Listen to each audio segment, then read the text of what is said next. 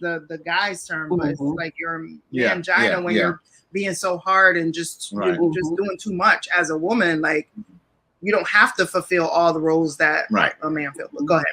Go ahead, Warren. And I like that. And 9 times out of 10, when they step into that role, he's missing. So there was no one to cover her. But being that that's who we are, you know, that Proverbs 31 type woman that gets up early and take care of the home and all that. If he's missing, he's not covering, she's gonna get up and get it done. If he's on the couch and he's not working, she's going to get that job. She's going to get that food to take care of those kids. And women has been made hard like that because of the fact so many women allow men to not find their place, and they're not helpful in helping them find their place. You know, they're saying a piece of man is better than no man. No, I want a real man. I want the whole enchilada, and you can have it. And what you're doing, you're tearing down the man by not building him up, by not being his helpmeet, letting him do whatever he want to do. You're tearing him down. You're not building him up. People, we need to all rise and stand. Hey guys, with shades on. What you were doing last night, bro? Oh man, I think this is the first day I've gotten sleep in about a month. And you're by yourself too. And I'm by myself. How you guys doing? We're doing now, sir. We are complete. We have the apostle in. So thank you very much. Your lovely wife is in Ohio. She says like that. Yes. Great. So Annie, go ahead, Annie. You were saying? Oh, I was done. That was my. Oh, you done? Okay. Yeah. So tell Terry what we're talking about. So Terry, we're talking about how a man's job is to protect his wife, and I know you and I can concur on this, Warren too, that when people step wrong to our wives, we forget our titles and we go on the attack. But we were saying how Adam should have been there to attack that serpent. And because he didn't do it there, then all these issues come back. So it's really the importance of men taking their rightful place. Because again, when a man doesn't do that, then as Annie said correctly, the woman can step in and then start that job when really it was the man's job. Well, I think with internal family systems, like I was telling you about, I really believe Adam thought that Eve came equipped like he did. Yeah. But she wasn't equipped. He thought she knew her role. Right. And, he didn't take the responsibility, which is out of alignment, right? He didn't take the responsibility God, for her man, like he took responsibility of the animals. Right. And maybe, I'm seeing another. So the animals first, right? Watch this, y'all. Watch this. So no, because when you said that, so the animals first. Right. Adam, right, then Eve. That's what God created, right? The order, right? That's the order, right? So wow, it's kind of backwards. So this is why we do get the brunt of Eve's what she did is because Adam took care of the animals. Eve was supposed to take care of Adam, and she messed up his appetite, which messed up the people that are coming under her. Yeah.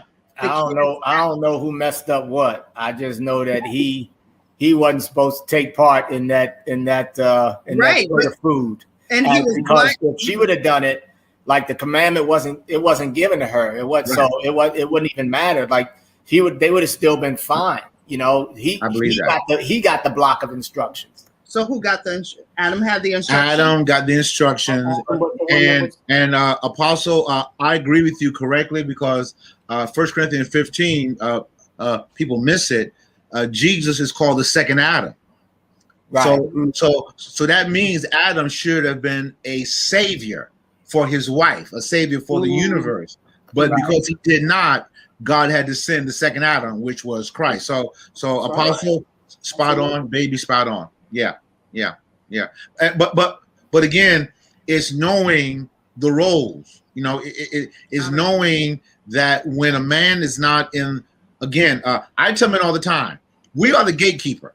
You know, we are the gatekeeper. What we allow in our homes, in our family, whatever, affects our wife and our children. We are the gate. So that's why if the enemy can attack our minds about our spouses, he got us, because now we open the floodgates. Does that make sense? Anybody? Comment. Yeah, that makes a lot of sense. Especially, you know, with the damage already being done with Adam and Eve, it's like, it's like the gates are already open, and you have to constantly stand guard with the gate that's already been opened. You know what I mean? It's like we have to constantly be on guard to protect us, because if he gets past us, it's game over. Yeah, absolutely. We talked about it earlier about a lot of responsibility. Yeah. Earlier about proactive, reactive. Either a couple, and I'll just boil down to the man. Either man's going to be proactive, reactive about his relationship. Warren, Annie, comment. Good point, Apostle. Yeah, absolutely. I agree with you guys. How what we allow into our homes, excuse me, what we allow into our homes can destroy our community, our home, our fortress. Is what we are the gatekeepers. It's like you said, and for a lot of people, even after your I would say, even after your castle's been stormed, even after that, you can still go in and repair it. But the thing is, we must, especially as men, be one to, especially be powerful in the word, to know what the word of God says, and who we are. Because a lot of times we let stuff in because we don't know who we are as men, and if we allow people to tell us who we are and what we can allow, but what we allow in is tearing up our homes.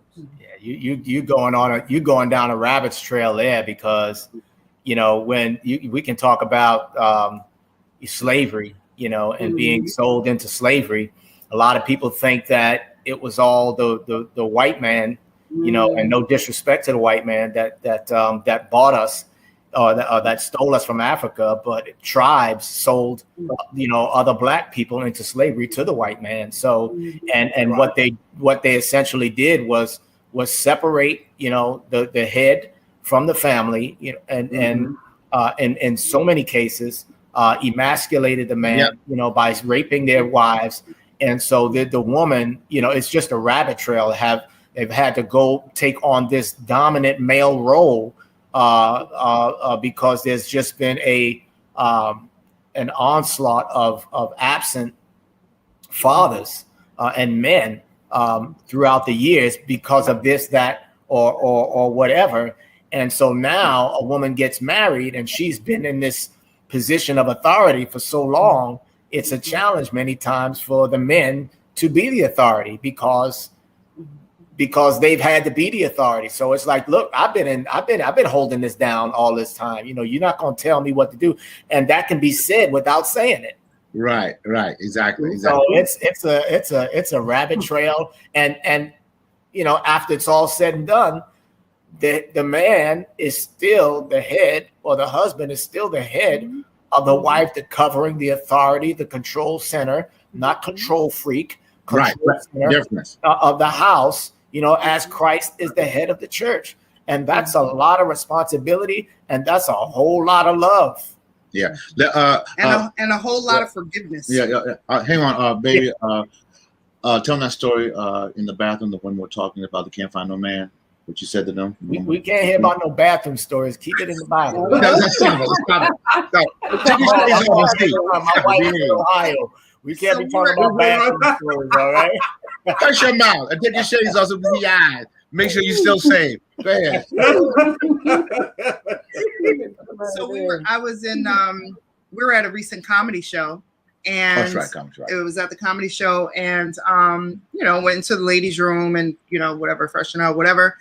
And I'm walking out, and they're like, the girl said, oh, we're not going to let you in unless you're like a man hater or a man basher. And I said, well, I can't hate men and I can't man bash because I have a son. And they said, okay, you get an excuse. So I took care of myself and come out, and they're like, what do you think of these men? Like, they get on our nerves. Like, we're, you know, these, you know, how do you get them in? And I said, and they were just like really man bashing their men. Yeah. 3 beautiful girls, all of 3 different ethnicities. None of them were black, by the way, but they were man bashing their men. And so I just kind of look at them and I say, excuse me, because they were standing in the hand towel lane. And so I get the hand towel and they're like, well, you look pretty free. Like, how do you do it? And I'm like, well, the essence is to make sure you have a man and not a boy. And they just all paused and said, we think we have boys. And I said, well, there's your problem. Yeah. And you know what? Even with that, Portia, like I was on a discussion last week or earlier this week, and there were men who were talking about their daddy issues and where they got their issues from. And we don't realize that, you know, we pick up so much stuff from our parents, from our environment. And while people are man bashing or women bashing, you know, it started somewhere, you know what I'm saying? Like even the dogs out there, they learned that behavior somewhere. And so, you know, we have to, I think one, and this is one thing I kind of appreciate about the counseling aspect of things is going down these rabbit holes to see what's been hiding for years. You know what I mean? Why are you this way? Why do you act this way? Because the truth be told, a lot of the issues, you know, not to go off topic, but a lot of the issues with men and women, they don't even come out until you get married. Like you can date for 10 years. True. You can date for 10 years and then you get married and then all of a sudden you wake up and like, who are you? I didn't marry you. You know, where did this come from? It's because the guard is let down. And that thing that was hidden and suppressed all those years, you know, it comes out. Yeah. And that too, Terry, is also looking at it as a single standpoint, and it's why, you know, single people should be around other people, and openly so, is to help you grow. A lot of times we don't deal with people directly until we do get a mate. And so we don't deal with ourselves until we get a mate. And so you're looking at yourself thinking, oh, I'm fine, I'm this, I'm that. But when you get with other people, which is the importance of the millions of people in the world, this is another tactic of the enemy, how he doesn't want us like together, because people will help you call yourself out on your BS. And that's one of the only ways we can grow. That's why family is so important. And it's important not to have a bad support family system or a bad girlfriend or boyfriend family system, because girlfriends, they be lying to you. I don't know about in the man world, but your girlfriends could be lying to you all day and like, oh, boo-boo, you okay? A bad support system. You need truth in your circle. You need, laughter, livelihood, but a lot of truth. And a lot of times we're not truthful to each other. So when we get with a mate, you know, we're thinking, oh, I got my shit together. Excuse me, I got my stuff together, and and this, that, and the third. You know, I'm just talking. You know, I got my stuff together. I'm all good. And you get with this guy, and he's like, boo boo, you're very gorgeous, you're beautiful, but your attitude sucks. And they go take that back to the bad support system, and the bad support system says you need to get rid of him because he's full of mess. No, you are full of mess. He just called you out on it. Like Right. Warren, Annie, comment.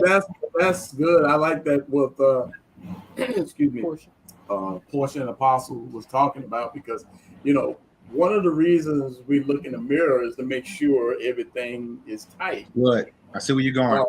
Before we go, but the real test, especially for me, I didn't think I had any issues that was wrong with me. Not you, Warren. I thought I was, you know, I thought I was 100. But it wasn't until Who this man? I thought, who this man? yeah, I thought, you know, I was like, you know, God cut me from the fabric himself. Hey, you got all of this. I mean, but as time went on, I was looking in the wrong mirror because apparently what I was looking at wasn't what other people were seeing. Right. That's a good point. Well, you especially, you know this. Yeah, that's a good point. Yeah. Thank you for that. Yeah, don't you know this? But I mean, I was right. Oh, yeah. Okay. Flawed and all, but you're right. Yeah, he's right. He's right. Yeah, that's it. No. It's I'm not after all of that. It's amazing to me, and you know, it's true is that when you by yourself, of course, the enemy is a deceiver. So you have this minuscule narcissistic mind frame that I'm fine, and so I did a comedy show. Was it last month? Last month, and I bombed. I didn't do well at all, and I knew it. And yes, my wife wasn't there, and so after she saw the tape, she told me, "You did bad." but you know what? My love for her went to a whole other level because she didn't lie to me. I know I didn't do good. She told me I didn't do good, so that was to me powerful. Oh, you still laughing about it though?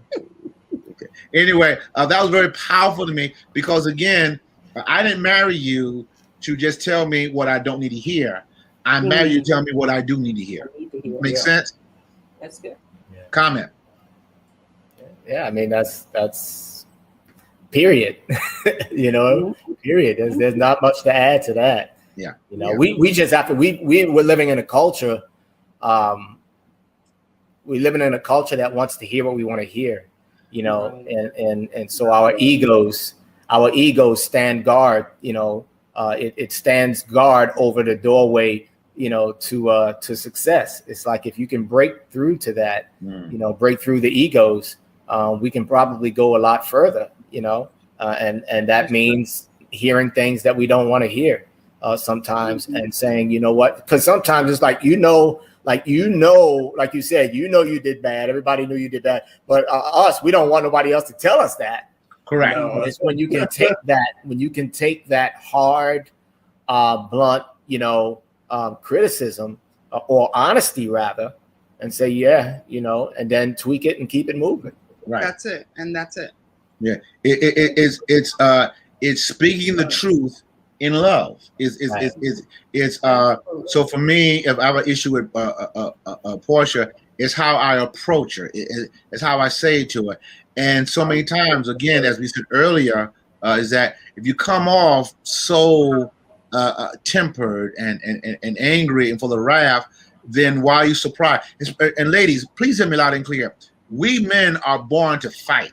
All right. So I'm not advocating at all any hitting a woman or disrespecting a woman. But when a woman come after a man hard, our instincts, if not controlled, will go into action. Again, not justifying it, but again, it's how you talk to each other, is how you give the outcome. Very important. And so you come at them hard. Well, you know, let's say this. If you come at a man emasculating him. Yes, that's what I'm going to say, yeah. Then that's a difference then. Because sometimes we can come hard. You know, sometimes we have to, right? But it's how. But emasculating him is a different thing. Even if it's hard, it's how you approach the person. Right. Because you can end the conversation before you start. Right. That's correct. Exactly. You know, and if the objective, you know, the objective should always be to edify, and edification takes truth. Building up takes truth. You know. To build something up takes truth. Like if I don't tell you that there's a crack in your foundation right in that corner, that your building is going to collapse. Correct.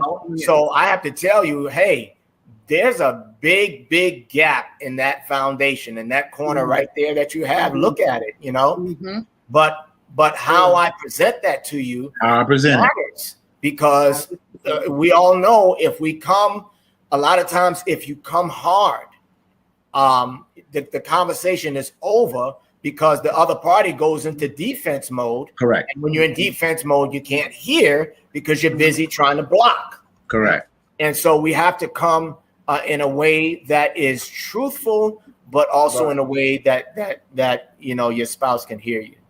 So I want to say this about, my experience with men is dealing from my child, even to Tim. They only need but this much energy from me, because I do have a very alpha A personality. Right. Yes, ma'am. And so anything that I could say, it could come off very yes, ma'am. Powerful. As Tim would say, you're so passionate when you say stuff.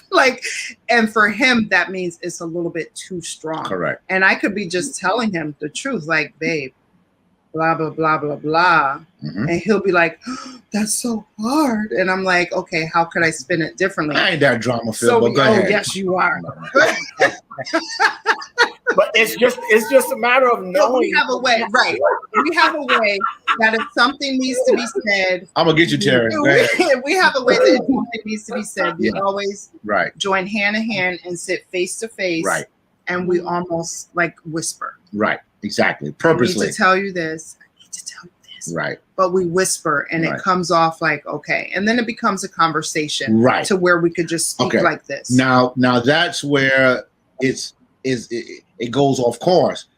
And now it becomes attack mode versus conversation mode. It's two different things. Yeah.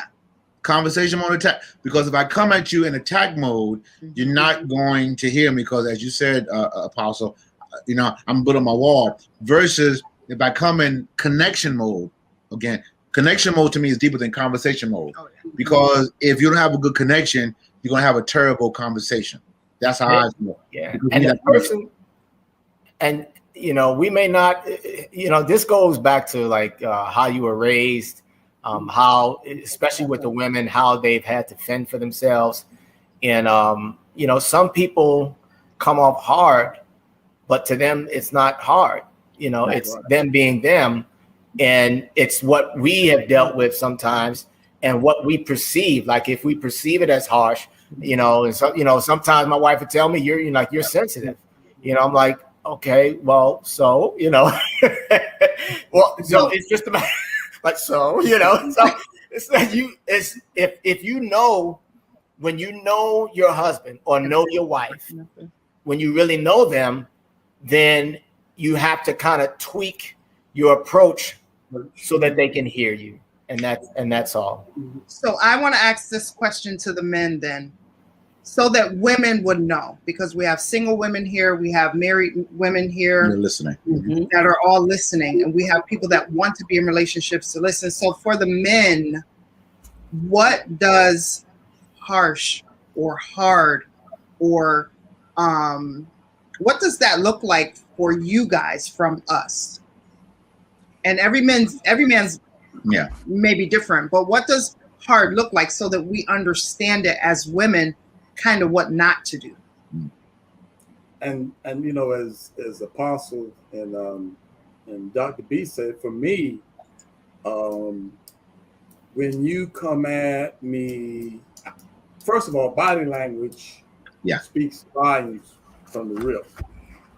If you come at me with disparaging words, emasculating words, you tear me down. Just as Apostle said, walls are being built. And just like Dr. Chip said, I'll go in defense mode. Yeah. Now, I don't want to hear anything you have to say. That conversation is over.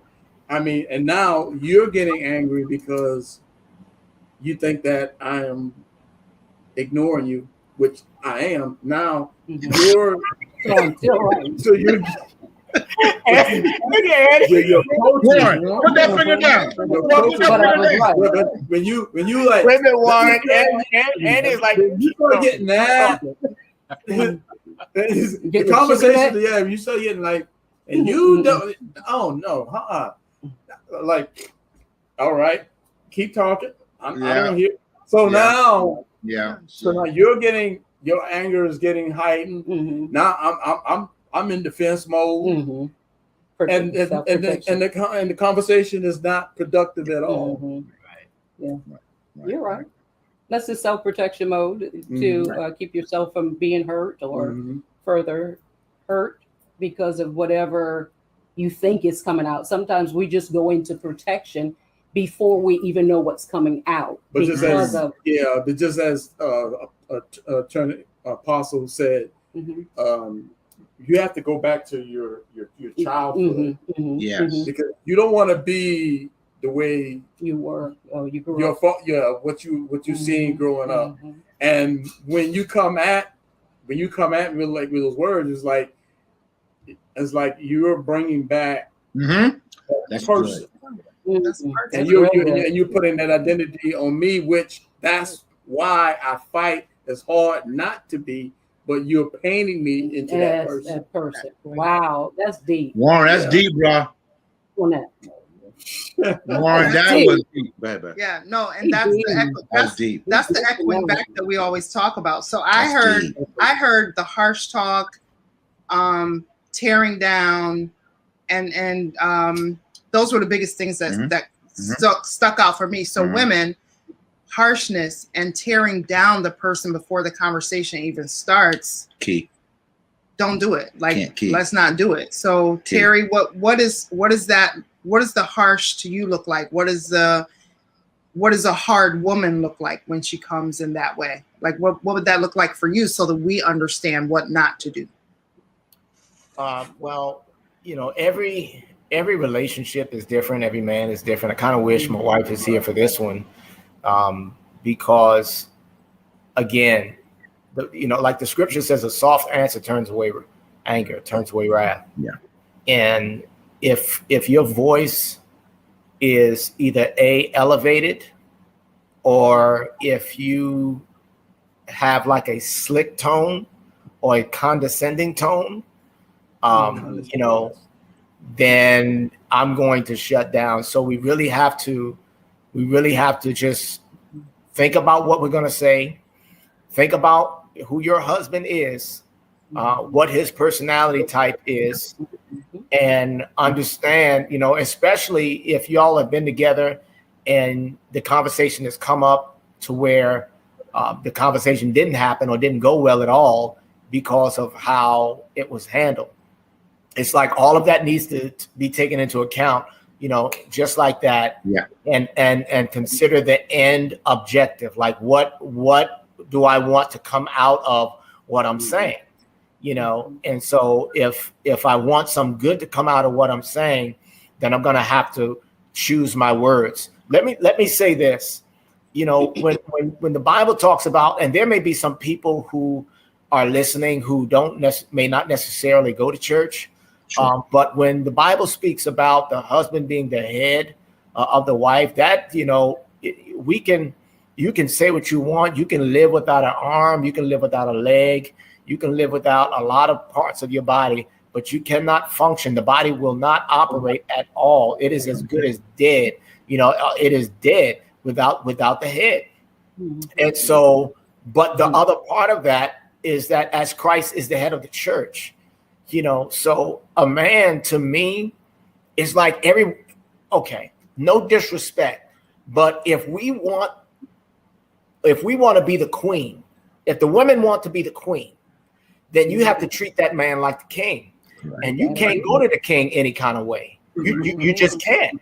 It just doesn't, you cannot go to a king any type of way. So if you want to be the queen, then you have to choose your words delicately. Even Bathsheba, when she wanted something from Solomon, even though she was that man's mother, she understood that he was still the queen. Bathsheba did. He was still the king. Right. And so she had to approach him a certain way. Correct. And so we have to remember that, treat your husband as if he is the king. Like you ask me what I could tell the woman, a woman, you can get probably anything you want from the man if you handle him correctly. Correct. I don't care how, I don't care what is going on. And again, I'm not talking about if your man barks all the time. Right. I'm not talking about that guy. But I'm speaking in general. You know, you can get anything you want from your husband if you handle him correctly. We're not talking about all the, you know, what if and this and that. Just generally speaking, when you have a good man, if you handle him correctly, I believe that you can get, like, the conversation will be won. You know, the objective will be met, all because the approach was right. That's all. I believe it's in the approach. Warren, Annie, you had a comment? Oh, I'm sure on that. I preached that at a women's conference. Yeah. Honey, when I approach my king right, he will run my bath water. He will bathe me. He will take